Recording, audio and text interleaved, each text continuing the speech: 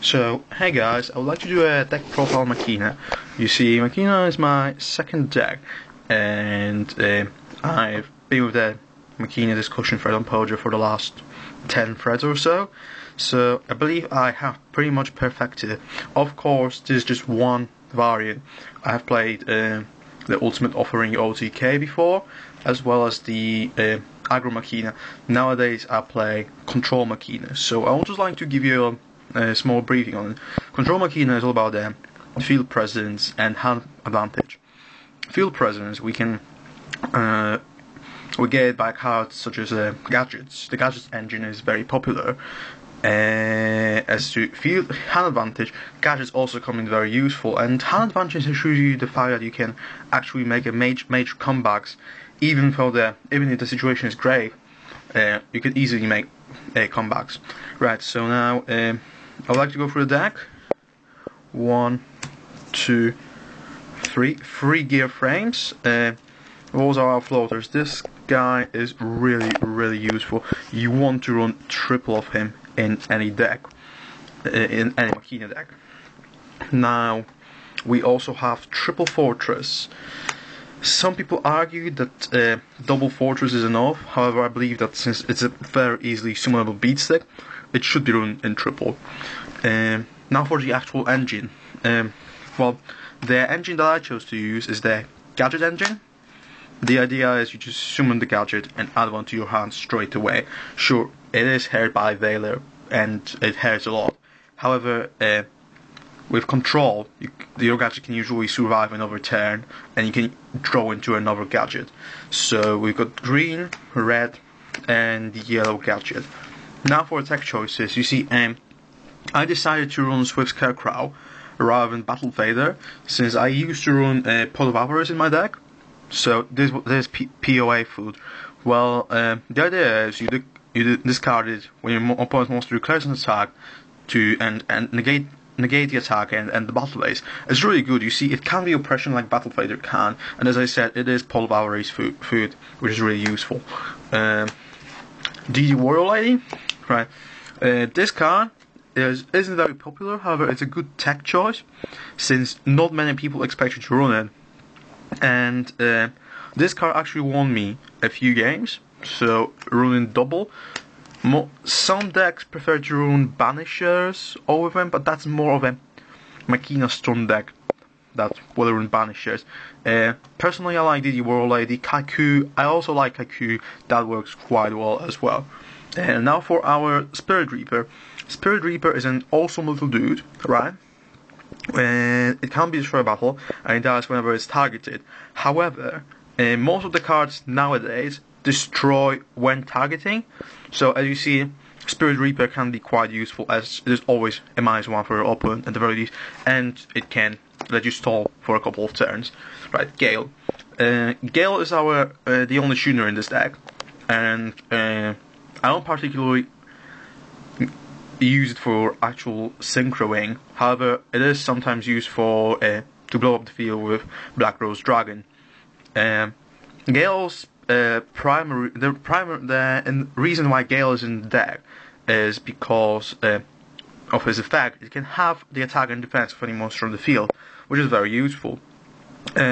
Imagine just summoning Fortress, going Gale, have the attack of your monster, ramming over it with Fortress, attack with Gale directly. So yeah, Gale should be considered in any Machina deck. Now for Gores. Some people prefer Track, however, well, I know that we can keep the hand advantage, but Gores just seems like such a better card. I mean, it also summons another beat stick, and it's very likely that this will win you a game if you drop it at the correct moment. Some people say, yeah, you can read a Gores play.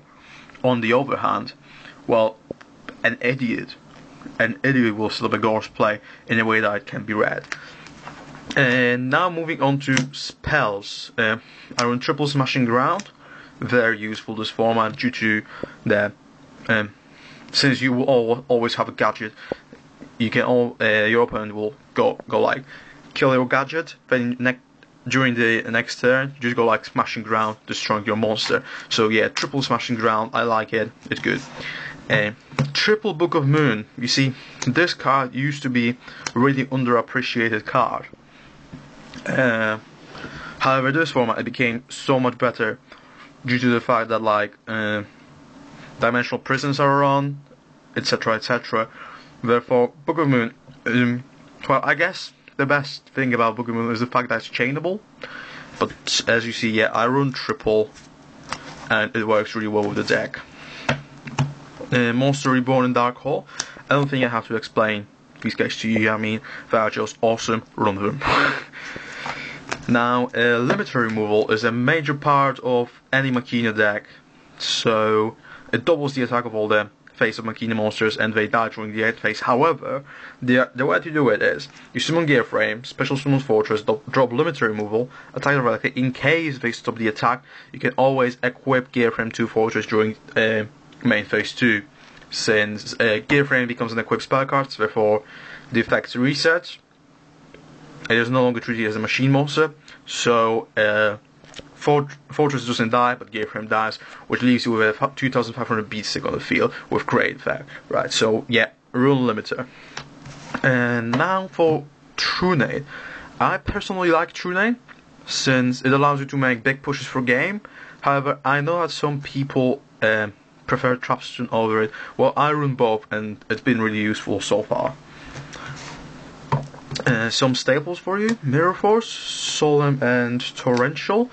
I don't have to explain these. I mean, Torrential, Mirror Force, and Solemn are all useful in any deck, pretty much. So, triple compulsory. Now you see, it's a bit of a pain, since I do not own any Solemn Warnings. Therefore, I own triple compulsory and triple dimensional prison.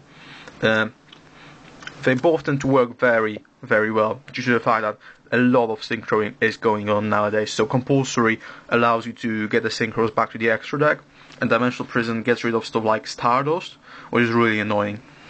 Therefore, yeah, I run triple. However, if I had Solemn Warnings, I'd probably run 2D prisons, 2 compulsories, and 2 Solemn Warnings. Royal Oppression.